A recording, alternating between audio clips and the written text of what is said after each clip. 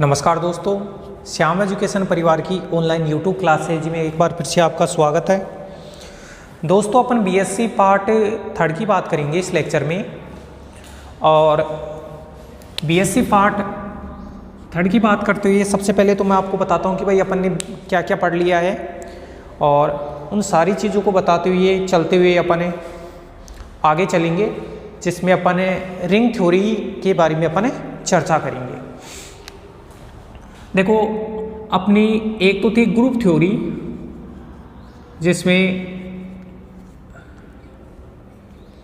Group theory के अंदर अपन ने चैप्टर नंबर 2 था, चैप्टर नंबर 3 था, चैप्टर नंबर 2 था ग्रुप वाला, परमुटेशन ग्रुप वाला और सब ग्रुप वाला, चैप्टर नंबर 5 होमोमोर्फिज्म और चैप्टर नंबर जो 6 है नॉर्मल सब group and quotient group.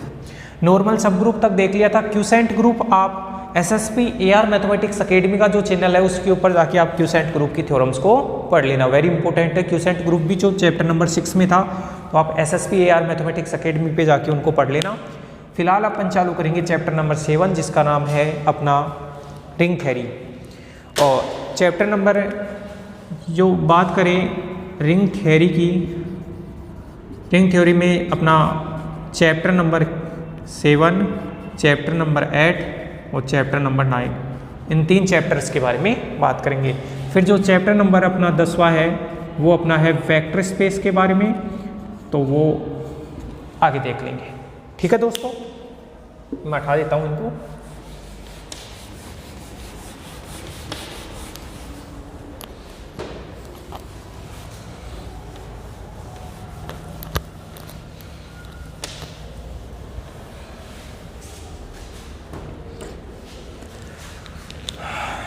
Unit number 3,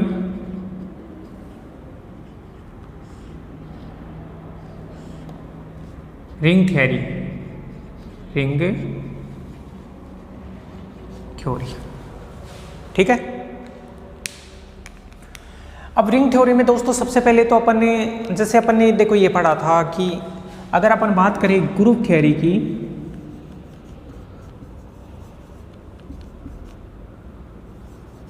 group theory में अपन ने ये पढ़ा था कि भाई एक तो नॉन एम्प्टी सेट होता था जी, और एक उसके साथ में ऑपरेशन होता था स्टार। तो ये जो जी स्टार था वो ग्रुप कहलाता था अगर ये 5 नियमों की, वो अगर ये 4 नियमों की पालना करे। स्टार संक्रिया के लिए संवर्ता नियम होता था, स्टार संक्रिया के लिए अपना साहचर्यता नियम होता था, स्टार संक्रिया के लिए अपना तत्समक नियम होता था, और स्टार संक्रिया के लिए अपना प्रतिलोम। ये 4 नियमों की पालना करे तो जी स्टार को क्या कहा जाता था बताओ? ग्रुप कहा जाता था।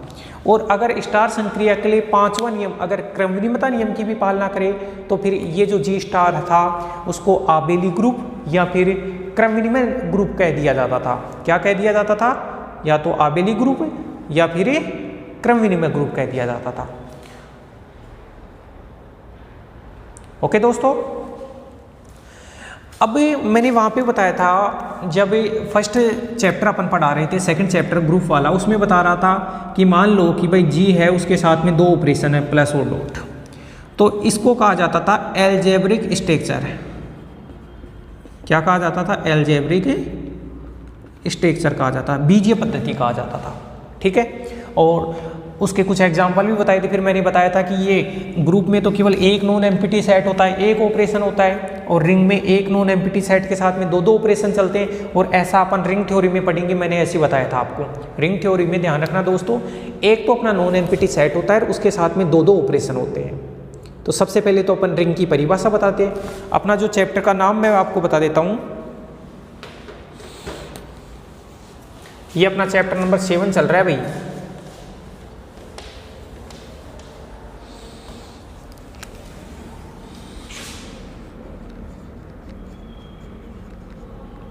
चैप्टर नंबर 7, रिंग, वलय, इंट्रीगल डोमेन, वलय पूर्णांकीय प्रांत एंड फील्ड क्षेत्र। वलय,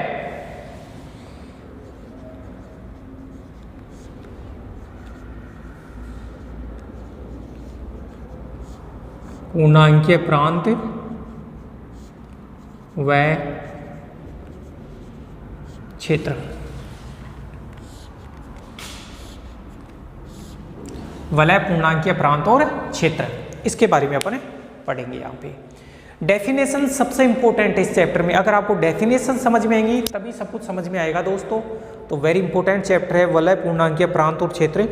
तो डेफिनेशंस को समझते हुए अपनी जो कोचिंग के स्टूडेंट है उनका तो ये हो भी गया है, लेकिन फिर भी आप एक बार और देख लेना जिससे आपका अच्छे से क्लियर हो जाएगा। और ध्यान रखना दोस्तों, इसमें चैप्टर नंबर 7 और चैप्टर नंबर 8 मिलकर यूनिट नंबर 3 बनाते हैं। चैप्टर नंबर 7 ज़्यादा आसान है तो इसको पढ़ लेना, और डेफिनेशंस वेरी इंपॉर्टेंट है। सबसे पहली डेफिनेशन है अपनी रिंग। अपनी सबसे पहली डेफिनेशन है रिंग, जिसको बोला जाता है वलय।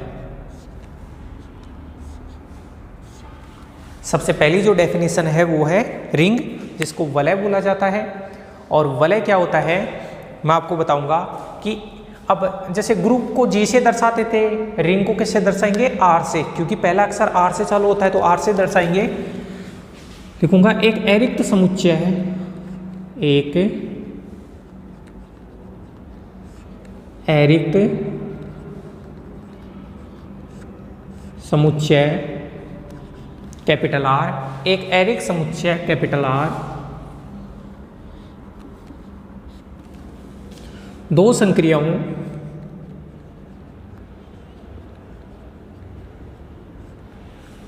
एक अरिक्त समुच्चय कैपिटल आर, दो संक्रियाओं प्लस व डॉट। भाई प्लस को अब बताने की जरूरत नहीं है, प्लस को योग संक्रिया कहा जाता है और डॉट को गुणन संक्रिया कहा जाता है। संक्रियाओं के लिए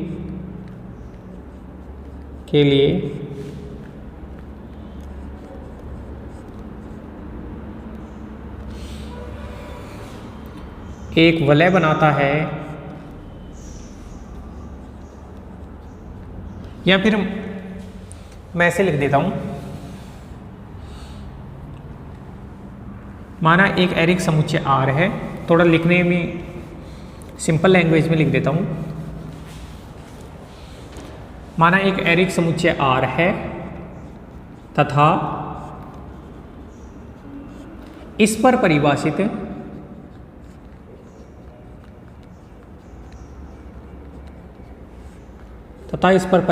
दो संक्रियाएं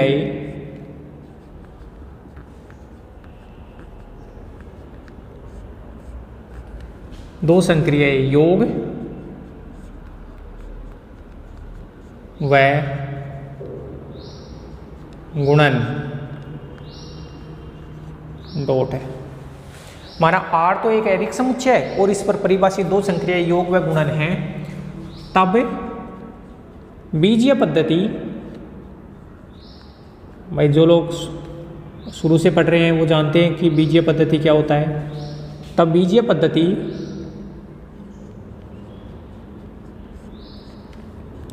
आर प्लस डॉट ऐसे लिखा जाता है ना भाई, नॉन एम्प्टी सेट के साथ में ऑपरेशंस को लिखा जाता है, उसको कहा जाता है बीजीय पद्धति। तब बीजीय पद्धति आर प्लस डॉट एक वलय होता है,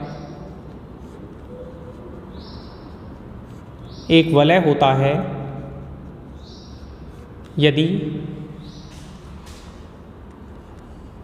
यदि यह निम्न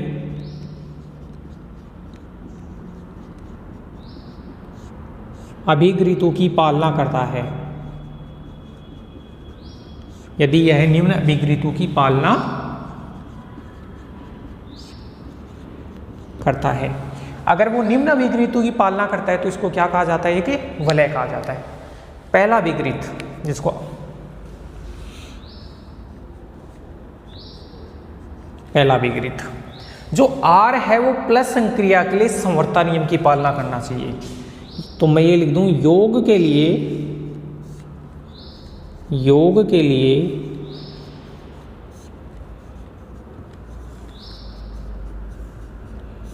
संवर्तता, पहला नियम है योग के लिए संवर्तता। आर है वो प्लस संक्रिया के लिए संवर्ता नियम की पालना करना चाहिए। तो मैं लिखूंगा for all A and B belongs to R. अगर आपने ए और बी रिंग के दो एलिमेंट ले लिए तो A प्लस बी भी बताओ किस में होना चाहिए, R में। इसको प्लस संक्रिया के लिए कहा जाता है संवर्ता नियम। दूसरा योग संक्रिया के लिए संवर्ता, दूसरा लिखूंगा योग के लिए साहचर्यता, योग के लिए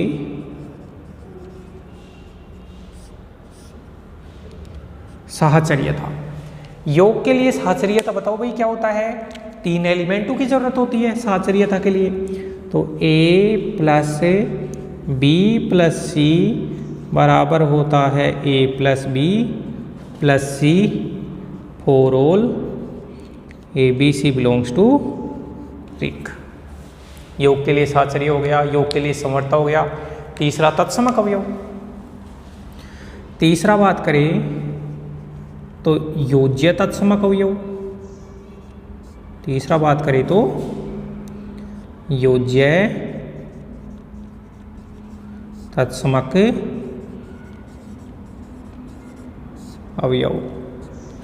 योज्य तत्समक अवयव क्या होता है भाई, प्रत्येक एलिमेंट के लिए मैं लिखूंगा A प्लस 0 बराबर A बराबर 0 plus A for all A belongs to R। Ring के प्रत्येक एलिमेंट के लिए 0 एलिमेंट होता था, तब 0 को योज्य तत्समक अवयव बोले तो एडिटिव आइडेंटिटी कहा जाता है। तब 0 को क्या कहा जाता है, एडिटिव आइडेंटिटी कहा जाता है। 3 नियम हो गए। चौथा नियम योज्य तत्समक अवयव। प्रतिलोम अवयव का अस्तित्व है, प्रतिलोम अवयव का अस्तित्व है। प्रतिलोम अवयव का अस्तित्व क्या होता है भाई, मैं बोलूंगा for all A belongs to R के लिए कि रिंग के प्रत्येक एलिमेंट के लिए there exist B belongs to R इस प्रकार होता है कि, इस प्रकार उपस्थित है कि, इस प्रकार उपस्थित है कि अगर रिंग के प्रत्येक एलिमेंट A के लिए B इस प्रकार उपस्थित है कि A प्लस B करने से तत्समक अवयव आ जाए या B प्लस A, तब B को बताओ, B को क्या कहा जाता है भाई, A का योज्य प्रतिलोम कहा जाता है। तब B को A का योज्य प्रतिलोम कहा जाता है। तब B को A का योज्य प्रतिलोम कहा जाता है तथा इसे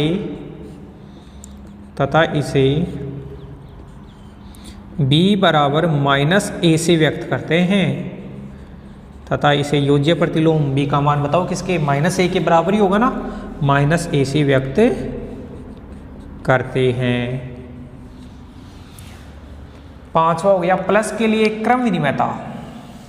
पांचवा जो नियम है प्लस के लिए या योग के लिए क्रम विनिमयता।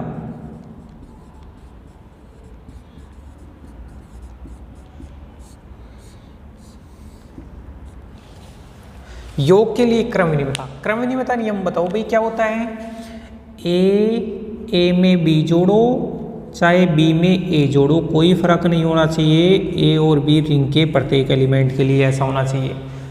कहने का मतलब ये ग्रुप की तो कंडीशन है। अरे प्लस के लिए R जो नॉन एम्प्टी सेट है वो प्लस संक्रिया के लिए इन नियमों की पालना कर रहा है, तो अल्टीमेटली तरीके से मैं ये कह सकता हूँ कि R है वो प्लस के लिए क्रम विनिमय ग्रुप होना चाहिए। पांचों संक्रिया मिला के क्या बोलते हैं, क्रम विनिमय ग्रुप होना चाहिए। 6 यहाँ लिख देता हूँ, तो प्लस के लिए तो 5 हो गए, अब गुणा के लिए चलेंगे नियम, क्योंकि दो संक्रिय है ना, प्लस के लिए तो 5 हो गए। और इन सबको अगर मैं एक लाइन में लिखना चाहूँ इन पांचों को, तो मैं बोल सकता हूँ कि जो R प्लस है वो कौन सा ग्रुप होना चाहिए, आबेली ग्रुप। अब डॉट संक्रिया के लिए, गुणन के लिए संवर्तता, गुणन के लिए बताओ भाई कौन सा नियम है, गुणन के लिए संवर्तता। तो गुणन के लिए संवर्तता में मैं क्या लिखूंगा कि for all A and B belongs to R imply A dot B belongs to क्या होना चाहिए, R। ये हो गया गुणन के लिए संवर्तता। छठवां नियम जो है 5, 6, 7वां जो नियम है, क्रम से लिखना, आप ऊपर से नीचे लिखना। 7वां जो नियम है, योग के लिए संवर्तता, गुणा के लिए संवर्तता, योग के लिए साहचर्यता, और 7वां आएगा गुणन के लिए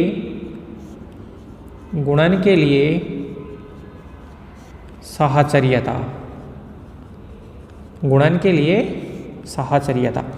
अब गुणन के लिए साहचर्यता बताओ भाई क्या होता है, A dot B dot C बराबर A dot B dot C for all ABC belongs to ring. ये गुणन के लिए साहचर्यता। 7 नियम हो गए, एक नियम बंटनता का और बचा हुआ है, वो भी लिखा देता हूं मैं।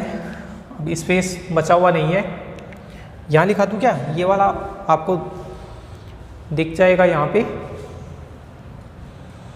या फिर ऐसे कर लो, इन 7 को तो उतार लो। 8 नियम होते हैं टोटल।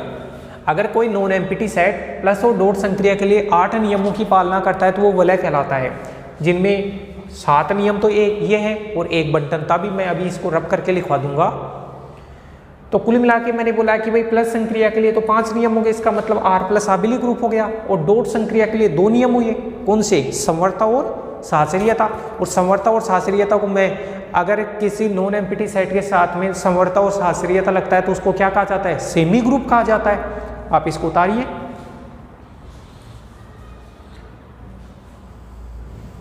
ठीक है,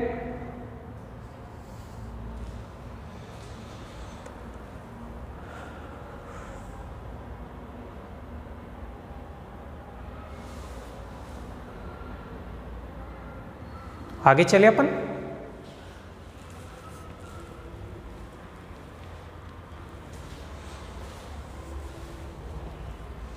चलो मैं हटा देता हूं इसको।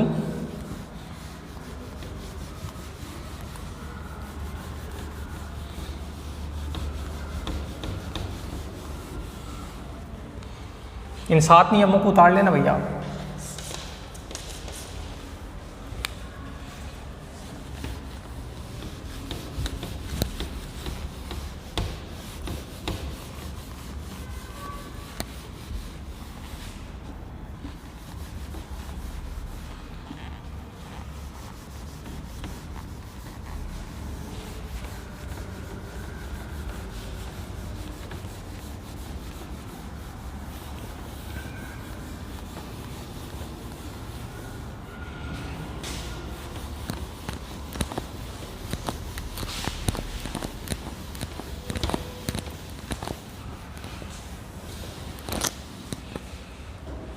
सात नियम हो गए। 8वां नियम,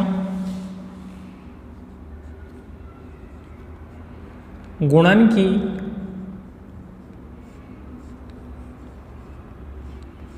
योग पर बंटनता, गुणन की योग पर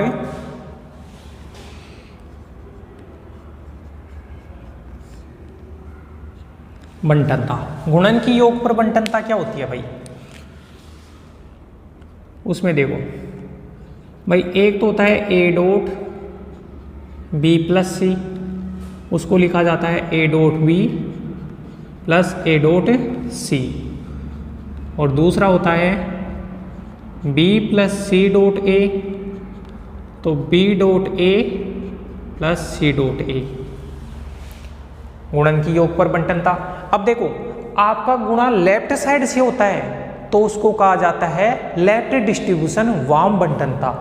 अगर आपका जो एलिमेंट जो गुणा हो रहा है वो राइट साइड से हो रहा है, अगर आपका एलिमेंट जो गुणा हो रहा है वो राइट साइड से हो रहा है तो उसको राइट बंटनता कहा जाता है, इसको तो कहा जाता है वाम बंटनता, और इसको कहा जाता है राइट डिस्ट्रीब्यूशन दक्षिण बंटनता। ठीक है, ये 8 नियम हो गए। तब आर प्लस डॉट को बताओ क्या कहा जाता है, वलय कहा जाता है। आर प्लस डॉट को वलय कहा जाता है। तो एक तो इतनी बड़ी परिभाषा है कि ये 8 नियम सेटिस्फाई होते हैं तो वो वलय कहलाता है। देखो प्लस संक्रिया के लिए तो 5 नियम कौन से भाई, अगर प्लस की बात करें तो पहला नियम है वो संवरता, साचर्य, तत्समक, प्रतिलोम, क्रम विनिमयता। डॉट संक्रिया के लिए संवरता, साचर्यता और एक बंटनता। तो 5 और 2 7 और 1 8, 8 नियम हो गए। अगर मैं शॉर्ट परिभाषा लिखना चाहूँ इसकी, जो वलय इतनी बड़ी परिभाषा लिखी है इसकी अगर शॉर्ट परिभाषा लिखना चाहूँ तो डेफिनेशन ऑफ रिंग,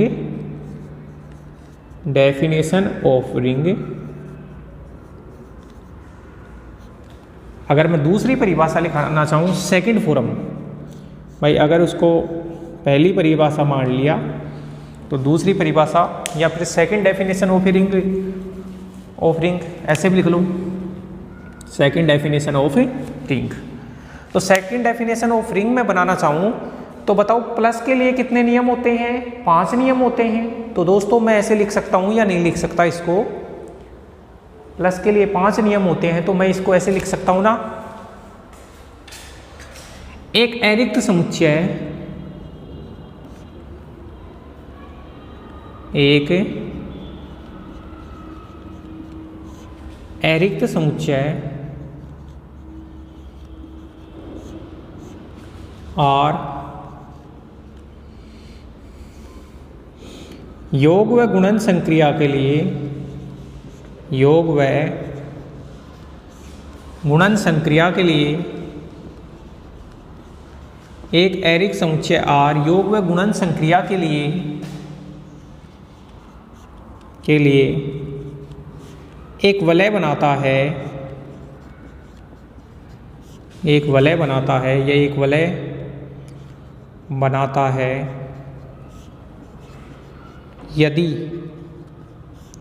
यदि पहला R प्लस अबेलियन ग्रुप हो।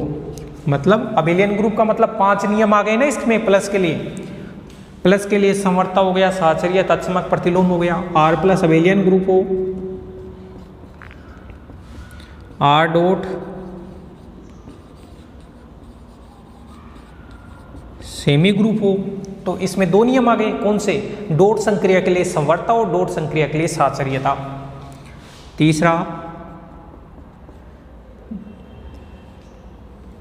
तीसरा है बंटनता नियम, सीधा ही ऐसे लिख दो, बंटनता नियम, बंटनता नियम हो, या फिर गुणन की योग पर बंटनता हो। योग व गुणन संक्रिया के लिए बंटनता कहलाता है ये। इसे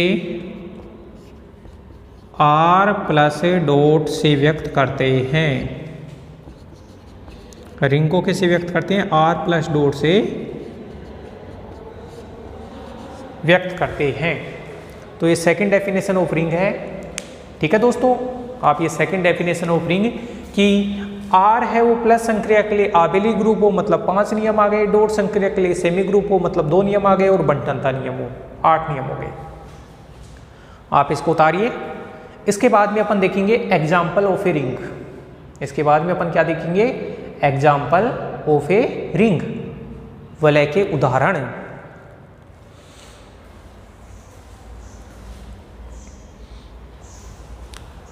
चलो ठीक है, मैं हटा देता हूं।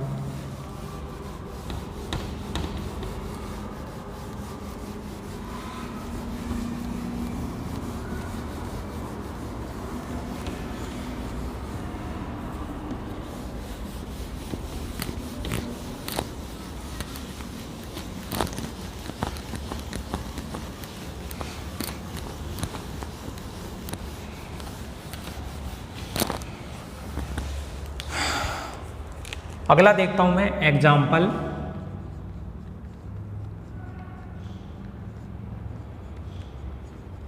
ऑफ ए रिंग, वलय के उदाहरण है। पहला वलय के उदाहरण, पहला होता है कि जेड प्लस डॉट कि सेट ऑफ इंटीजर होता है, इंटीजर्स का जो सेट होता है पूर्णांकों का समुच्चय प्लस और डॉट के लिए वलय बनाता है।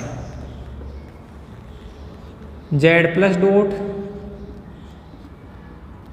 क्यू प्लस डॉट परिमेय संख्याओं का समुच्चय प्लस और डॉट संक्रिया के लिए वलय बनाता है। R plus dot, R plus dot का मतलब है, अच्छा आर वास्तविक संख्या वाले आर को ऐसे दर्शा दिया करो, वरना तो आप आर का मतलब रिंग समझ लोगे, आप ऐसे लिखा करो। आर प्लस डॉट वास्तविक संख्याओं का समुच्चय प्लस और डॉट संक्रिया के लिए वलय बनाता है। C plus dot complex number का जो सेट है वो भी प्लस और डॉट संक्रिया के लिए वलय बनाता है, तो इनको ध्यान रखना। Z plus dot, Q plus dot, R plus dot, C plus dot, ये वलय के एग्जाम्पल। अगर दूसरा बात करें जेड एम प्लस एम और dot M, Z M plus M और डॉट एम, ये भी एक वलय होता है। अब बताओ इस जेड एम के अंदर जो एलिमेंट होते हैं, भाई जेड एम के अंदर कितने एलिमेंट होते हैं? एम एलिमेंट होते हैं जेड एम में, और वो एलिमेंट जीरो से तो चालू होते हैं, 0 1 2 3 और कहाँ तक होते हैं? m-1 तक होते हैं, और सारे के सारे इंटीजर होते हैं। सही है ना बात? अच्छा, प्लस एम संक्रिया क्या होती है कि इसके बारे में थोड़ा बात कर लेते हैं। ए एंड बी अगर जेड एम के दो एलिमेंट हैं तो ए अगर आपको प्लस एम बी करना हो तो इसका मान ए प्लस बी तो होता है। कब होता है? जब आपने ए प्लस बी किया वो लेस देन एम है तो सीधा ए प्लस बी करो, ए प्लस एम बी किया वो लेस देन एम है तो ये, और ए प्लस एम बी किया अगर ये greater than equal to M है तो इसको A plus B minus M लिख दिया जाता है। तो जब क्वेश्चन करेंगे तो और अच्छे से, ये वलय के उदाहरण है। ठीक है दोस्तों, इन वलय की एग्जाम्पल्स को भी देख लीजिए। इसमें डेफिनेशन का खेल ही है इस चैप्टर में, और वेरी वेरी इंपॉर्टेंट चैप्टर है ये। अब कुछ और परिभाषाओं के ऊपर अपन चलें।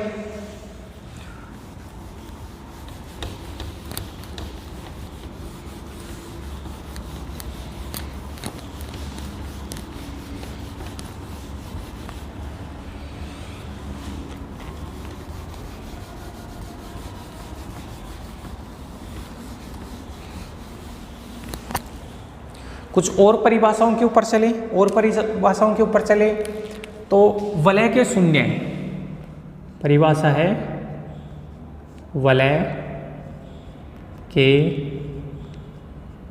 शून्य, इसको बोला जाता है जीरोज ऑफ ए रिंग। वलय के शून्य जीरोज ऑफ ए रिंग। बताओ क्या होता है? याद रखना दोस्तों कि कोई भी वलय आर प्लस डॉट है उसमें प्लस संक्रिया के लिए तत्समक अवयव कितना होता है? 0 होता है ना, या फिर योज्य तत्समक अवयव 0 होता है, उसको कहा जाता है जीरोज ऑफ ए रिंग। तो मैं परिभाषा लिखूंगा कि किसी वलय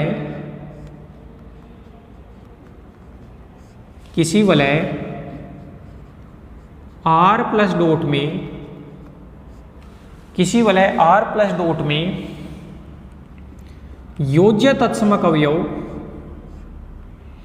योज्य तत्समक अवयव किसी वलय आर प्लस डॉट में योज्य तत्समक अवयव को वलय का शून्य कहा जाता है। अरे भाई, योज्य तत्समक अवयव होता कितना है? योज्य तत्समक अवयव 0 होता है तो उसे क्या कहा जाता है? वलय का शून्य कहा जाता है। किसी वलय आर प्लस डॉट में जो योज्य तत्समक अवयव होता है उसे वलय का शून्य कहा जाता है। अगली परिभाषा है क्रम विनिमय वलय।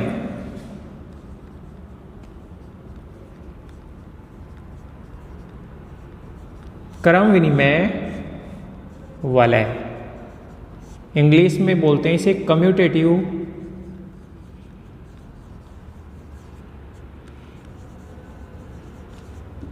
रिंग। क्रम विनिमय वलय क्या होती है भाई दोस्तों, मेरे को ये बताओ कि जो रिंग की परिभाषा होती है, क्या उसमें गुणा संक्रिया के लिए क्रम विनिमयता होना जरूरी है क्या? गुणा संक्रिया के लिए तो क्रम विनिमयता नियम जरूरी नहीं है, क्योंकि क्रम विनिमयता नियम तो केवल प्लस संक्रिया के लिए लगता है। अगर किसी वलय में गुणा संक्रिया के लिए भी क्रम विनिमयता नियम लागू हो जाए तो फिर उस वलय को क्या कहा जाता है? क्रम विनिमय। मतलब कि क्रम विनिमय वलय, पहले तो वलय होनी चाहिए, तो वलय के लिए 8 नियम, और अगर उस 8 नियमों में एक नियम गुणा के लिए तत्समक आ जाता है, सॉरी गुणा के लिए क्रम विनिमयता आ जाता है, तो वो क्रम विनिमय वलय कहलाती है। तो 9 नियम हो गए ना इसमें। मैं बोलूँगा यदि किसी वलय कैपिटल R प्लस डॉट में गुणन संक्रिया के लिए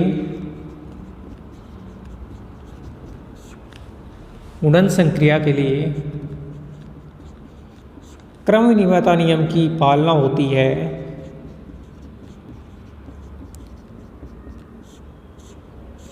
यदि किसी वलय R प्लस डॉट में गुणन संक्रिया के लिए क्रम विनिमयता नियम की पालना होती है,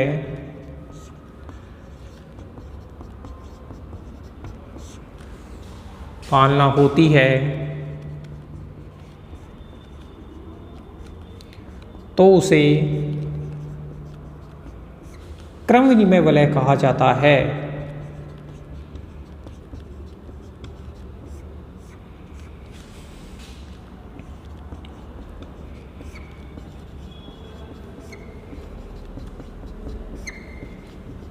तो उसे क्रम विनिमय वलय कहा जाता है। अर्थात A डॉट B बराबर B dot A for all A and B belongs to ring. तो क्रम विनिमय वलय में देखो दोस्तों, क्रम विनिमय में क्या क्या समझेंगे, समझना। जैसे बात करें रिंग की, देखो 2 संक्रियाएं, एक तो प्लस है एक डॉट है। प्लस संक्रिया के लिए कौन सा नियम था? समवर्ता, साचर्यता, तत्समक, प्रतिलोम, क्रम विनिमय। प्लस के लिए 5, डॉट के लिए समवर्ता और साचर्यता, और इसके अलावा 5 और 2 7 और 1 था बंटनता। ये 8 नियम सेटिस्फाई होते थे तो उसको वलय कहा जाता था। अब इन 8 नियमों में बताओ, डॉट संक्रिया के लिए क्रम विनिमयता लागू था क्या? पहले तो लागू नहीं था, लेकिन डॉट संक्रिया के लिए भी क्रम विनिमयता मैं यहाँ लिख दूँ, क्रम विनिमयता ये नियम लिख दूँ, तो कितने हो गए? डॉट संक्रिया के लिए समवर्ता, साचर्य, ये तो रिंग की परिभाषा में आ गए थे, और क्रम विनिमयता एक एक्स्ट्रा नियम आ गया ना। तो अगर डॉट संक्रिया के लिए क्रम विनिमयता नियम लागू होता है तो उसको क्रम विनिमय वलय कहा जाता है। तो क्रम विनिमय वलय के लिए 5 और 3 8 और 1 9 नियम हो गए, एक नियम एक्स्ट्रा आ गया। ये नियम समझ गए दोस्तों? इसको मैं हटा देता हूँ, हटा दूँ, ये समझाने के लिए बताया था आपको।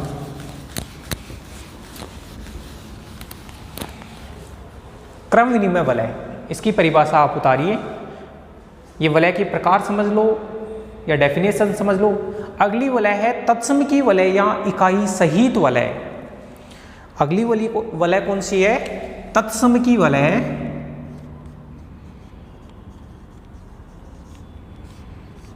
तत्समकी वलय या इकाई सहित वलय, इंग्लिश में बोला जाता है इसको रिंग विद यूनिटी।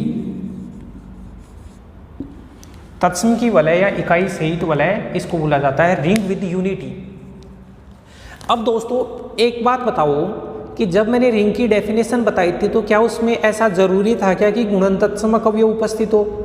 रिंग की डेफिनेशन में तो जरूरी नहीं था ना गुणन तत्समक अवयव उपस्थित हो, लेकिन एक ऐसी वलय जिसके अंदर अगर गुणा संक्रिया के लिए तत्समक अवयव उपस्थित होता है तो उसे इकाई सहित वलय या तत्सम की वलय कहा जाता है।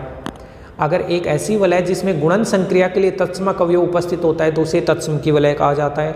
और अपन जानते हैं गुणन संक्रिया के लिए तत्समक अवयव 1 होता है तो फिर वो इकाई सहित वलय का नया नाम है, वो क्या बन गया, सॉरी, वो जो तत्सम की वलय था उसका नया नाम इकाई सहित वलय बन गया। क्योंकि गुणा संक्रिया के लिए तत्समक अवयव 1 होता है, 1 को इकाई कहते हैं, 1 उपस्थित होगा ना, तभी तो अपन ना गुणन संक्रिया के लिए तत्समक अवयव आया, तो उसे कहा जाता है तत्सम की वलय। तो अगर डेफिनेशन पार्ट की अगर बात करें तो मैं क्या लिखूंगा कि एक वलय R प्लस डॉट, एक वलय R प्लस डॉट में, R प्लस डॉट में, एक वलय R प्लस डॉट में गुणन संक्रिया के लिए, एक वलय R प्लस डॉट में गुणन संक्रिया के लिए तत्समक अवयव उपस्थित हो तो गुणन संक्रिया के लिए तत्समक अवयव उपस्थित हो तो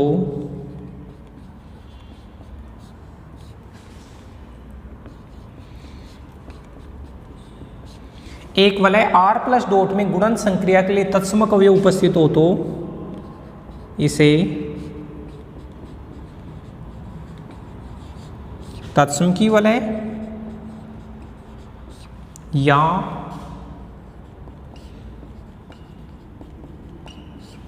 इकाई सहित वलय, तत्सम की वलय या इकाई सहित वलय कहा जाता है। और देखो, तो कुल मिला के अगर मैं बात करूं रिंग की, तो रिंग में प्लस संक्रिया के लिए 5 लॉज, प्लस के लिए तो 5 रूल्स, और डॉट के लिए एक तो संवर्ता और एक था साचर्यता, बस, और एक बंटन था। तो 5 और 2 7 और 1 8, रिंग के 8 नियम हो गए। अगर गुणन संक्रिया के लिए तत्समक अवयव भी हो जाए तो फिर उसको क्या कह दिया जाता है, तत्सम की वलय। तो 5 और 3 8 और 1 9, तो ये तत्सम की वलय। और गुणन संक्रिया के लिए तत्समक है तो तत्सम की वलय, और गुणन संक्रिया के लिए अगर क्रम विनिमयता है तो क्रम विनिमय वलय। बताओ, डेफिनेशन समझ में आई ना? अगर गुणन संक्रिया के लिए अपना तत्समक है तो तत्सम की वलय, और गुणन संक्रिया के लिए अपना क्रम विनिमय है तो क्रम विनिमय वलय। इतना होता है दोस्तों। फिर इसके आगे अपन पढ़ेंगे शून्य भाजक रहित और शून्य भाजक सहित वलय। वेरी वेरी इंपॉर्टेंट जो 2 रिंग अपन पढ़ेंगे, शून्य भाजक रहित और शून्य भाजक सहित वलय।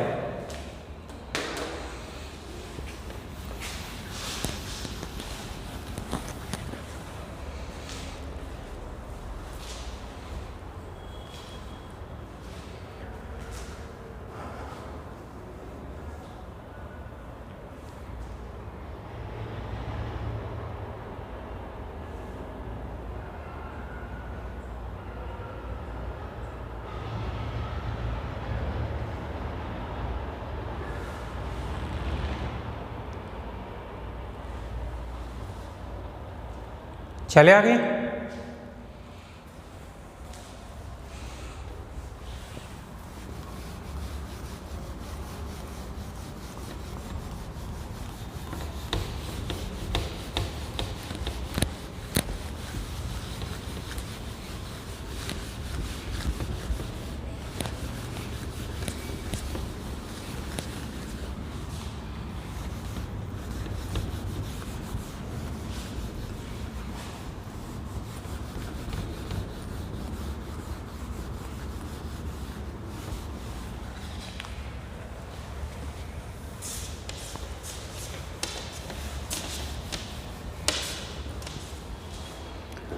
अगली 2 डेफिनेशन पे अपन चर्चा करेंगे। शून्य भाजक रहित वलय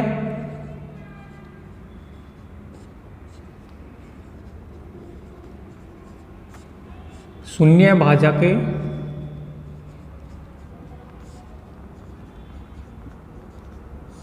रहित वलय, और एक पढ़ेंगे अपन शून्य भाजक सहित वलय।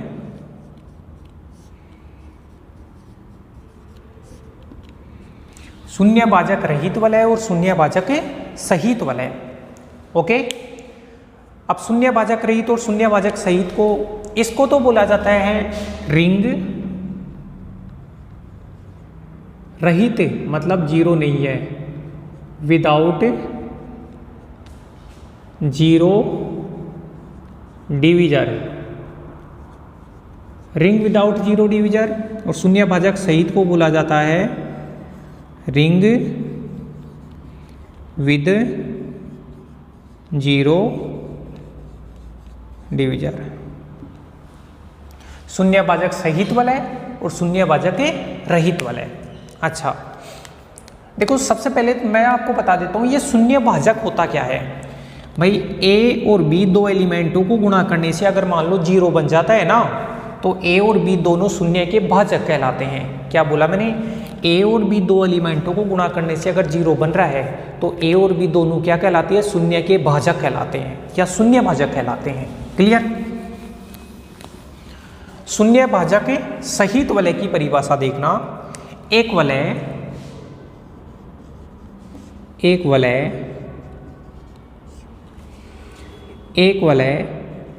आर प्लस डॉट शून्य भाजक सहित वलय कहलाता है। शून्य भाजक सहित वलय कहलाता है। एक वलय आर प्लस डॉट शून्य भाजक सहित वलय कहलाता है यदि एक वलय आर प्लस डॉट शून्य भाजक सहित वलय कहलाता है यदि ए कोई नॉन जीरो एलिमेंट है रिंग का, बी कोई नॉन जीरो एलिमेंट है रिंग का, और आप क्या कर दो ए डॉट बी बराबर क्या कर दो जीरो, तो वो शून्य भाजक सहित कहलाता है।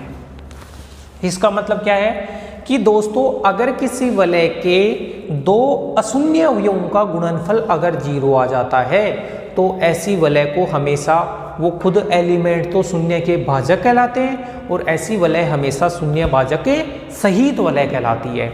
अगर किसी वलय में दो अशून्य अवयवों का गुणनफल जीरो आ जाता है तो ऐसी वलय शून्य भाजक के सहित वलय कहलाती है। एग्जाम्पल, भाई यही हुआ ना कि दो अशून्य अवयवों का, दो नॉन जीरो एलिमेंट्स का प्रोडक्ट कितना होना चाहिए?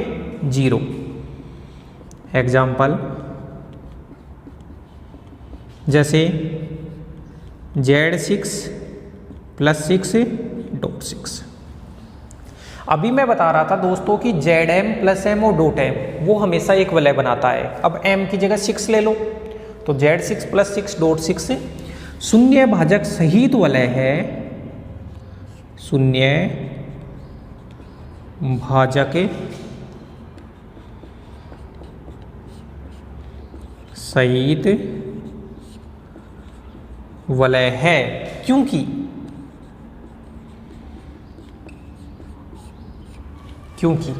देखो दोस्तों शून्य भाजक सहित क्यों है? Z6 के सबसे पहले तो एलिमेंट होंगे वो इंटीजर होंगे, 0 से 1 चालू होंगे और कहाँ तक चलेंगे? 5 तक। 2 एलिमेंट है वो Z6 का है, 2 एलिमेंट है वो Z6 का है। 3 एलिमेंट है वो भी Z6 का है और 2 को आपने गुणा किया, गुणा के लिए कौन सी संख्या है? डॉट 6। 2 को गुणा किया 3 से तो बताओ कितना आ गया? 0। 2 × 3 6 बनते ही 6 कट जाता है ना, इसमें 6 बनते ही 6 कट जाता है तो कितना बन गया? 0।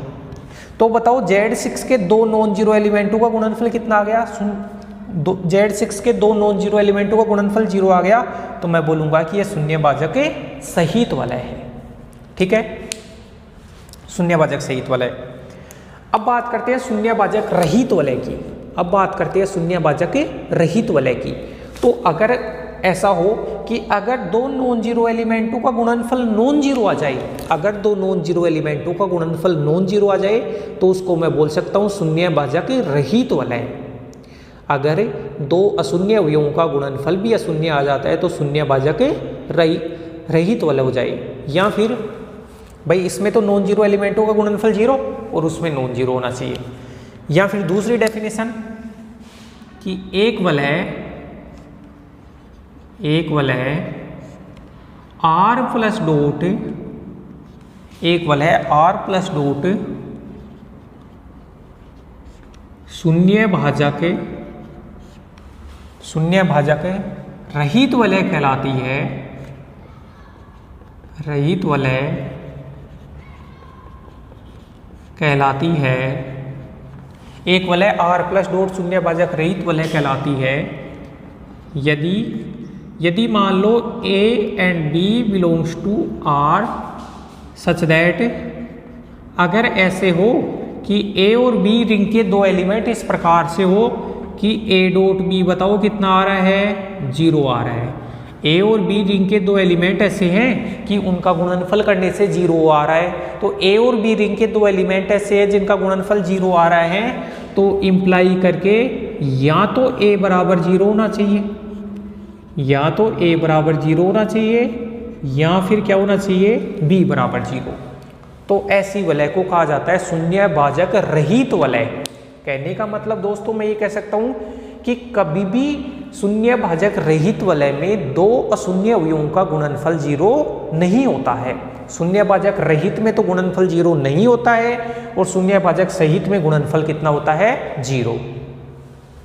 शून्य भाजक रहित वलय की परिभाषा ये बोलती है कि अगर आपने दो अशून्य अवयव ले लिए, या फिर ऐसे मान लो कि अगर आपके पास दो अवयवों का गुणनफल जीरो आ रहा है ना, तो उन दोनों अवयवों में पक्की बात है एक अवयव जीरो है, तो ऐसी वलय को क्या कहा जाता है, शून्य भाजक रहित। दोबारा बता देता हूं कि अगर रिंग के दो एलिमेंटों का गुणनफल जीरो आ रहा है तो उनके अंदर कम से कम एक एलिमेंट हमेशा जीरो होगा, ऐसी वलय को शून्य भाजक रहित वलय कहा जाता है।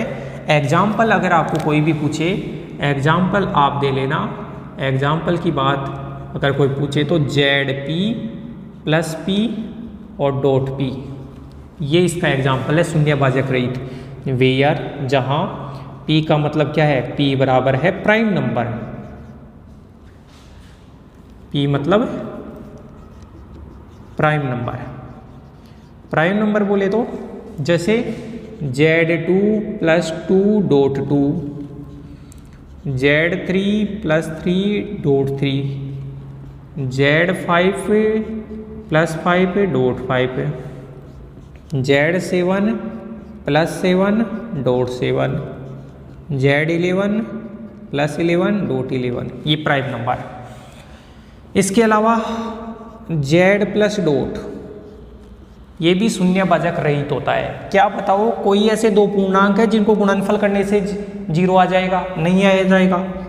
क्यू प्लस डॉट ये भी शून्य भाजक रहित होता है, आर प्लस डॉट ये भी शून्य भाजक रहित होता है, और सी प्लस डॉट ये भी शून्य भाजक रहित होता है। तो ये शून्य भाजक रहित के एग्जाम्पल, ये शून्य भाजक सहित के एग्जाम्पल, इनको देखिए दोस्तों, फिर अपन आगे बढ़ेंगे। और ये दोनों जो डेफिनेशन है उनको अच्छे से समझ लेना, वेरी वेरी इंपॉर्टेंट डेफिनेशन है। शून्य भाजक सहित तो ये बोलता है कि दो अगर नॉन जीरो एलिमेंट ले रहे हो तो उनका गुणनफल है वो क्या होना चाहिए, जीरो होना चाहिए। और शून्य भाजक रहित ये बोलता है कि अगर आपका दो एलिमेंटों का गुणनफल जीरो आ रहा है तो दोनों में कम से कम एक एलिमेंट जीरो होना चाहिए।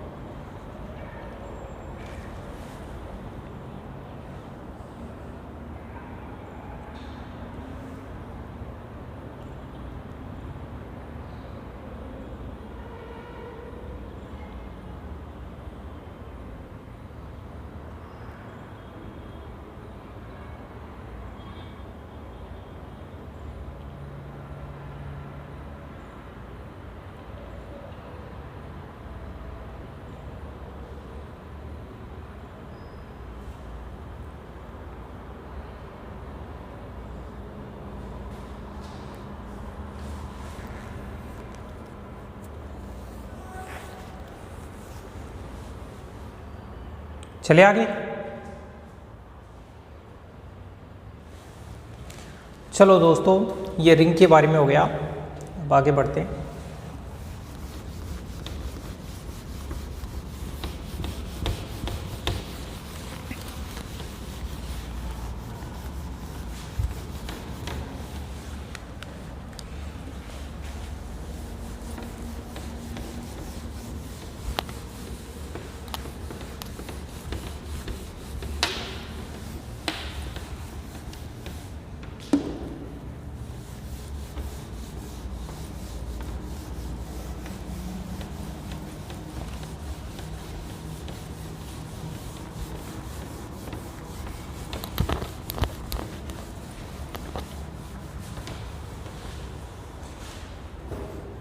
अगली परिभाषा आप देखना, पूर्णांकीय प्रांत।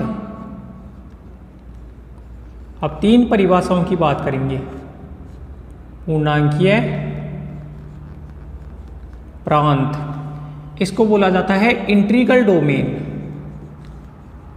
Integral domain. एक होता है विभाजन वलय, विभाजन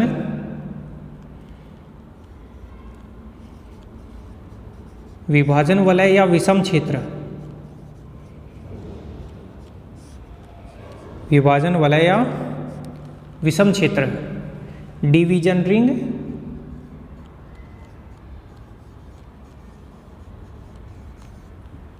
या फिर स्क्यू फील्ड, डिवीजन रिंग या स्क्यू फील्ड। और एक परिभाषा है अपना क्षेत्र, जिसको बोला जाता है फील्ड।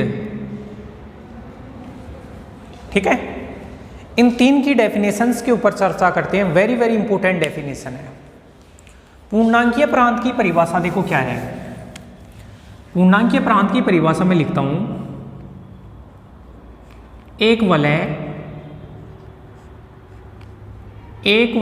r प्लस डॉट, एक वलय r प्लस डॉट पूर्णांकीय प्रांत कहलाता है। एक वलय r प्लस डॉट पूर्णांकीय प्रांत कहलाता है यदि पहला, कोई भी एक वलय है वो पूर्णांकीय प्रांत बताओ कब कहलाता है भाई। पहला, r इकाई सहित वलय हो, r इकाई सहित वलय हो। अगर r अपना इकाई सहित वलय हो। दूसरा, r क्रम विनिमय वलय हो, r क्रम विनिमय वलय हो। और तीसरा है r शून्य भाजक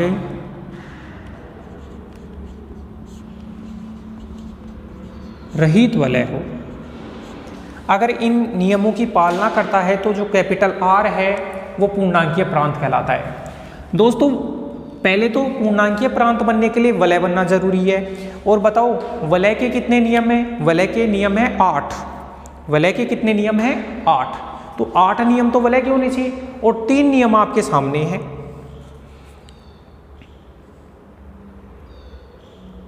आठ नियम तो वलय के होने चाहिए और 3 नियम आपके लिए ये हैं कि भाई तत्सम की वलय होना चाहिए। तत्सम की वलय का मतलब है गुणन संक्रिया के लिए तत्सम अवयव उपस्थित होना चाहिए। क्रम विनिमय वलय होना चाहिए, मतलब गुणा संक्रिया के लिए क्रम विनिमयता नियम लागू होना चाहिए। और जो अगला है वो है शून्य भाजक रहित। कहने का मतलब देखो, मैं कुल मिला के ऐसे लिख सकता हूं कि एक रिंग एक रिंग प्लस के लिए संवर्ता साचर्यता तत्समक प्रतिलोम और क्रम विनिमय, 5 तो ये हो गए, और डॉट के लिए समवर्ता, साचर्यता और एक बंटनता। ये तो रिंग के हुए। इकाई सहित मतलब डॉट के लिए तत्समक होना चाहिए। क्रम विनिमय मतलब डॉट के लिए क्रम विनिमय होना चाहिए। और एक नया ही आ गया शून्य भाजक, एक तो ये, और एक हो गया शून्य भाजक रहित। तो प्लस के लिए 5 नियम, डॉट के लिए ये और ये, एक नियम छूटा है ये प्रतिलोम का। तो 5 और 4 9, बंटनता और शून्य भाजक। तो 11 नियमों को अगर सेटिस्फाई करता है कोई भी नॉन एम्प्टी सेट, तो वो कहलाता है अपना इंटीग्रल डोमेन पूर्णांकीय प्रांत। वो अपना कहलाता है पूर्णांकीय प्रांत। पूर्णांकीय प्रांत के अगर कोई अपने को एग्जाम्पल पूछे, तो एग्जाम्पल आप बोल देते हैं साफ है, z प्लस डॉट होता है वो पूर्णांकीय प्रांत होता है, z5 प्लस 5 डॉट 5 होता है वो पूर्णांकीय प्रांत होता है, क्योंकि 5 आ रहा है ना, शून्य भाजक रहित है। z7 प्लस 7 डॉट 7 होता है वो पूर्णांकीय प्रांत होता है। आपके रियल नंबर का सेट है वो प्लस और डॉट के लिए, आपके कॉम्प्लेक्स नंबर का सेट है वो प्लस और डॉट के लिए पूर्णांकीय प्रांत बनाता है। ओके फ्रेंड्स, ये पूर्णांकीय प्रांत की परिभाषा है। अगली परिभाषा है विभाजन वलय या विषम क्षेत्र। तो इसकी परिभाषा बताता हूं मैं। क्या होता है, अगर किसी वलय में अपना कौन कौन से नियम लागू हो। अगर किसी वलय में देखो, प्लस के लिए समवर्ता, साचर्य, तत्समक, प्रतिलोम और क्रम विनिमय, डॉट के लिए समवर्ता, साचर्य और एक बंटनता। ये तो वलय के हो गए। अगर गुणा संक्रिया के लिए अपना तत्समक भी हो और प्रत्येक अशून्य अवयव का गुणन प्रतिलोम भी हो, मतलब गुणा संक्रिया के लिए क्रम विनिमयता को छोड़ दो तो 5 और 4 9 और 1 10, अगर इन 10 नियमों को वो सेटिस्फाई करता है तो वो विभाजन वलय या विषम क्षेत्र कहलाता है। बिल्कुल सही बात है, ये विभाजन वलय या विषम क्षेत्र कहलाता है। तो कौन कौन से गुणा संक्रिया के लिए 2 एक्स्ट्रा नियम आए भाई, सारे नियम वलय के थे, केवल ये 2 नियम आए। एक तो गुणा के लिए अपना तत्समक और एक गुणा के लिए प्रत्येक अशून्य अवयव का गुणन प्रतिलोम। देखो दोस्तों, मैं आपको एक चीज बताता हूं भाई, कभी भी क्या होता है कि जैसे r प्लस डॉट की बात करें, रियल नंबर का सेट है डॉट के लिए, मतलब वास्तविक संख्याओं में 0 वास्तविक संख्या होती है या नहीं होती? होती है। और वास्तविक संख्याओं के समुच्चय के लिए जो आइडेंटिटी होता है, गुणा के लिए तत्समक अवयव होता है, वो गुणा के लिए तत्समक अवयव कितना होता है? 1। अब देखो, 0 अवयव को रिंग का शून्य अवयव कहा जाता है। 0 को क्या कहा जाता है? शून्य अवयव। अब आप बताइए कि 0 का प्रतिलोम क्या होगा? तो 0 का प्रतिलोम ढूंढो भाई। तो 0 को किससे गुणा करें कि तत्समक अवयव आ जाए, और गुणा के लिए तत्समक अवयव कितना होता है? 1। अरे प्रतिलोम क्या होता है भाई? a को b से गुणा करने से 1 होता है, तो a का प्रतिलोम b को कहा जाता है। ऐसे ही होता है ना। तो मैं 0 का प्रतिलोम ढूंढना चाहता हूँ, तो 0 को किससे गुणा करूँ कि 1 आ जाए? तो 0 को गुणा ही नहीं कर सकता ना। इसका मतलब 0 का कभी भी कोई प्रतिलोम नहीं होता है। तो हमेशा प्रतिलोम देखा जाता है वो नॉन जीरो एलिमेंट का देखा जाता है, अशून्य अवयव का देखा जाता है। 0 का कभी कोई प्रतिलोम हो ही नहीं सकता। एक तो ये चीज क्लियर करूं कि 0 का कभी कोई प्रतिलोम नहीं होता है। अच्छा, विभाजन वलय या विषम क्षेत्र की परिभाषा मैं लिखाऊं। एक वलय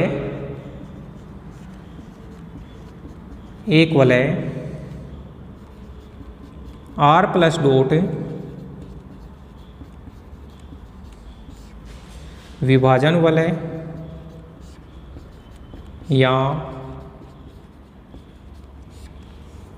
विषम क्षेत्र कहलाता है।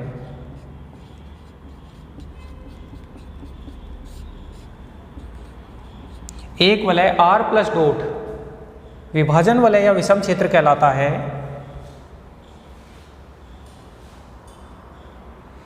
विभाजन वलय या विषम क्षेत्र कहलाता है यदि,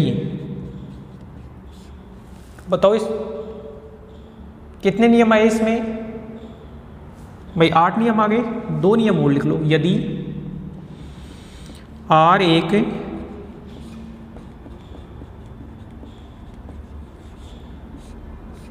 R एक तत्सम वलय हो और दूसरा कैपिटल R में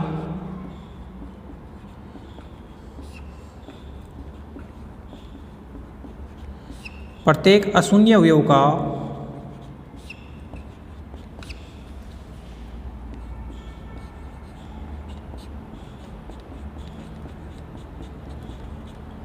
गुणन प्रतिलोम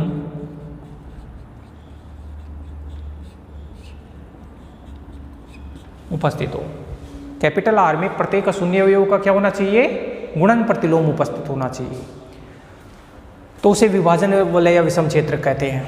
एग्जाम्पल जैसे Z7 + 7 डॉट 7।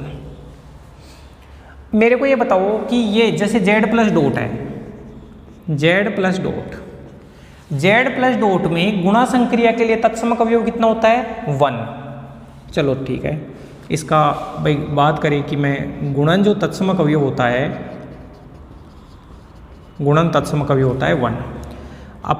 अब इस Z के एलिमेंट उठाता हूँ, मतलब इंटीजर उठाऊंगा। 1 को मैं किससे गुणा करूँ कि तत्समक अवयव आ जाए? 1 से, तो 1 का प्रतिलोम 1। -1 को मैं किससे गुणा करूँ कि तत्समक आ जाए? -1 से, तो -1 का प्रतिलोम -1। 2 को मैं किससे गुणा करूँ कि तत्समक आ जाए? 1/2 से। बताओ 1/2 Z में होगा? नहीं होगा। तो मैं ये कह सकता हूँ कि Z में 1 और -1 के अलावा किसी भी अवयव का प्रतिलोम नहीं होता है। इसका मतलब है, बताओ वो विभाजन वलय का एग्जाम्पल होगा? नहीं होगा। क्यों? क्योंकि इसमें तो प्रत्येक शून्य अवयव का गुणन प्रतिलोम होना चाहिए। क्या Z में 2 का प्रतिलोम होगा? नहीं होगा।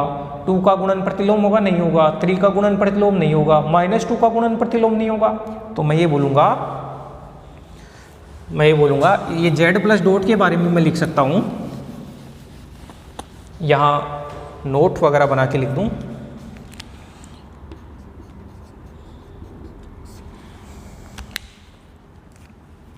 जबकि Z प्लस डॉट इकाई सहित है, गुणा के लिए तत्समक अवयव 1 है, क्रम विनिमय भी है और शून्यभाजक रहित भी है। मैं लिखूंगा Z प्लस डॉट एक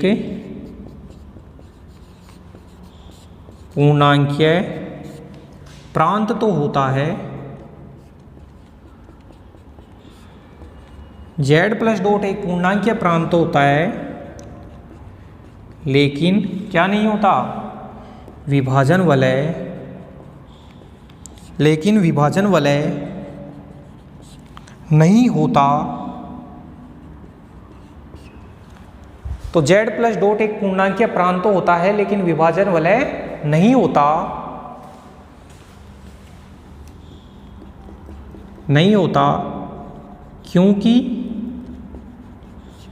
क्योंकि इसमें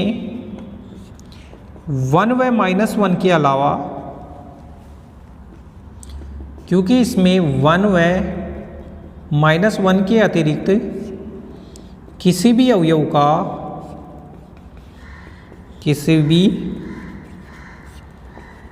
का गुणन प्रतिलोम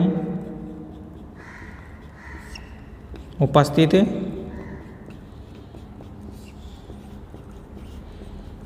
नहीं होता। 1 और -1 के अलावा किसी भी अवयव का गुणन प्रतिलोम उपस्थित नहीं होता। तो Z प्लस डॉट है वो पूर्णांकीय प्रांत तो होता है, लेकिन विभाजन वलय या विषम क्षेत्र क्यों नहीं होता? क्योंकि इसमें ये कंडीशन फेल हो जाती है कि प्रत्येक अशून्य अवयव का गुणन प्रतिलोम में होना चाहिए। क्षेत्र, अब दोस्तों क्षेत्र क्या होता है? क्षेत्र में सारी कंडीशन आ गई कि प्लस के लिए 5 नियम, प्लस के लिए समवर्ता, साचर्य, तत्समक, प्रतिलोम, क्रमविनिमय, और डॉट के लिए भी 5। डॉट के लिए 5 बोले तो 5 कौन? अच्छा, इस विभाजन वलय या विषम क्षेत्र की एक परिभाषा और लिख सकता हूं इसकी। इस क्षेत्र को मैं बाद में बता दूंगा।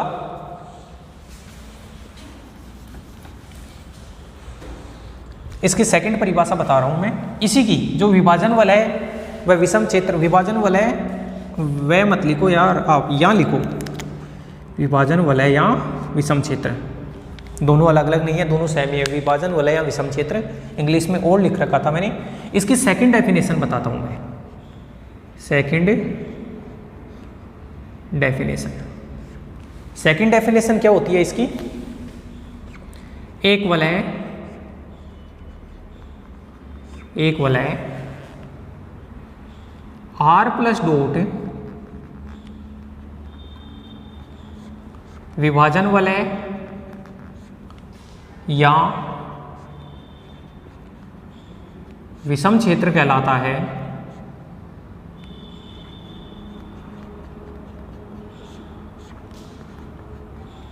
यदि पहला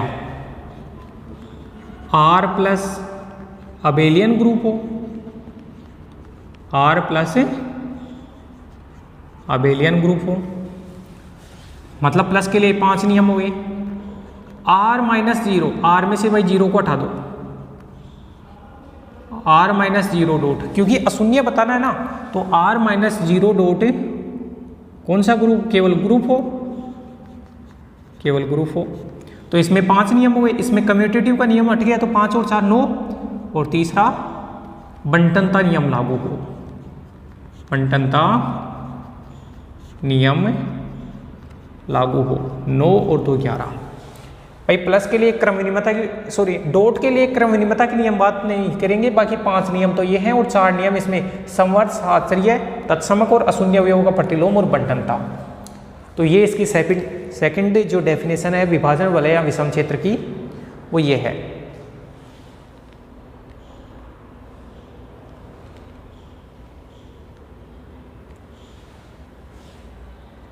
ओके, नेक्स्ट अगली परिभाषा है क्षेत्र की। क्षेत्र की परिभाषा मैं यहीं पे बनाऊंगा भाई।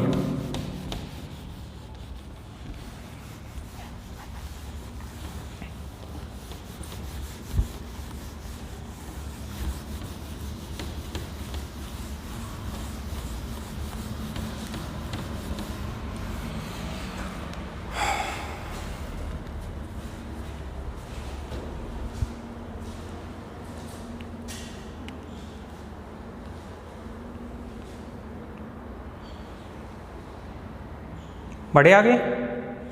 क्षेत्र की परिभाषा, एक वलय आर प्लस डॉट क्या कहलाता है? क्षेत्र कहलाता है। एक वलय आर प्लस डॉट क्षेत्र कहलाता है यदि एक वलय आर प्लस डॉट, अच्छा क्षेत्र को बोला क्या जाता है? फील्ड बोला जाता है। क्षेत्र को बोला जाता है भाई फील्ड।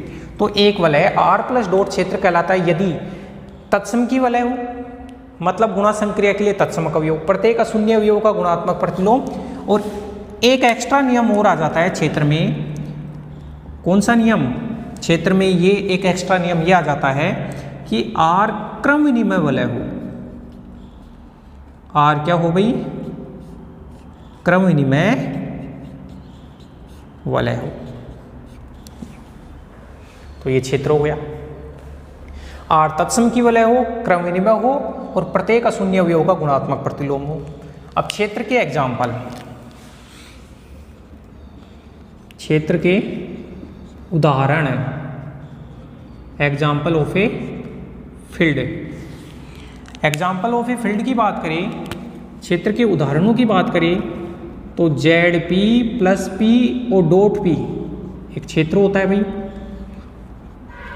आपको पता है परिमेय संख्याओं का जो सेट है वो प्लस और डॉट के लिए क्षेत्र बनाता है।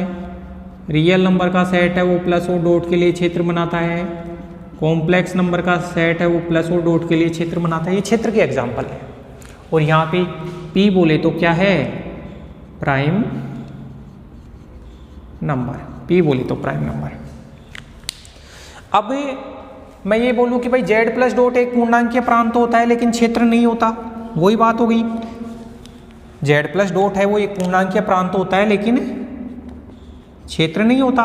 क्यों नहीं होता? क्योंकि 1 और -1 के अलावा किसी एलिमेंट का प्रतिलोम ही नहीं होता। जबकि क्षेत्र में तो ये कंडीशन शामिल है ना कि क्षेत्र में क्या होता है कि प्रत्येक अशून्य अवयव का गुणात्मक प्रतिलोम होना चाहिए, लेकिन z प्लस डॉट पूर्णांकीय प्रांत होता है, लेकिन क्षेत्र नहीं होता। और अगर सेकंड डेफिनेशन की बात करें, ये जो क्षेत्र है, पहले तो आपको ये परिभाषा लिखनी है, उसके बाद में आपको ये उदाहरण लिखने हैं, उसके बाद में नोट पॉइंट लिखना है। और अगर मैं सेकंड डेफिनेशन की बात करूं कि एक वलय r प्लस डॉट है, एक वलय r प्लस डॉट जो है वो क्षेत्र कहलाता है। एक वलय r प्लस डॉट क्षेत्र कहलाता है, क्षेत्र कहलाता है यदि एक वलय r प्लस डॉट क्षेत्र कहलाता है यदि r प्लस अबेलियन ग्रुप होना चाहिए। 5 नियम। और अब देखो इसके अंदर दोस्तों, पहले विभाजन वलय में तो विभाजन वलय में ये नियम लागू नहीं था कि गुणा संक्रिया के लिए क्रम विनिमयता हो, लेकिन अब गुणा संक्रिया के लिए क्रम विनिमयता मतलब ये भी क्या बन जाएगा? अबेलियन ग्रुप बन जाएगा। और ये कंडीशन ऐसे कैसे? तो 5 नियम प्लस के लिए, 5 नियम डॉट के लिए 10 और 11, ये 11 नियम लागू होते हैं। तो वो क्या कहलाता है? एक क्षेत्र। तो ये क्षेत्र सबसे ऊपर की बात हो गई है।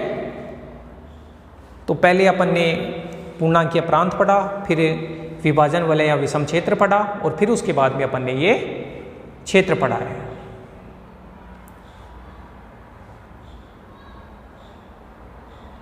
ओके,